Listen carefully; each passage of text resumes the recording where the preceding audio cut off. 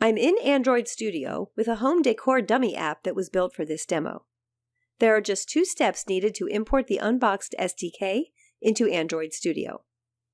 Step 1 is to update the build.gradle file, and step 2 is to sync Gradle with the latest changes.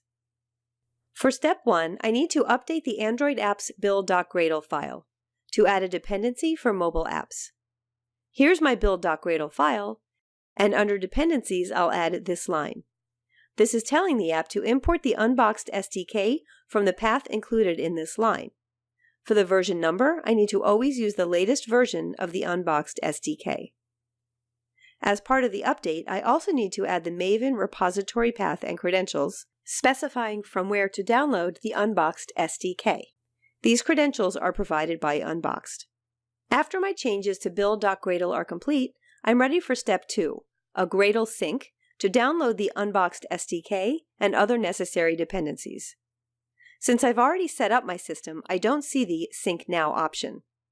When there's an update to the Unbxd SDK, I'll change the version in the dependencies, and now the Sync Now option appears.